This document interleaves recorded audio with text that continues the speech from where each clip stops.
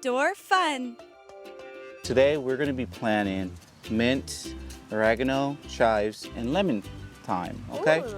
On the very bottom, just kind of give it a little massage and break the soil up very gently. And then what I do is just kind of tip it to the side and pull it gently.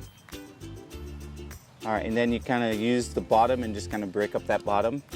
All right, so let's go ahead and prepare the container, your planter. All right, there you go, get a little hole going. You go down about 2 or 3 inches. And then now you're gonna take the topsoil and just cover your plant. Do you remember what this one is? Lemon thyme. Lemon thyme. So let's go ahead and find the label lemon thyme. So after we've planted all our plants, you wanna make sure it has what to grow? Water.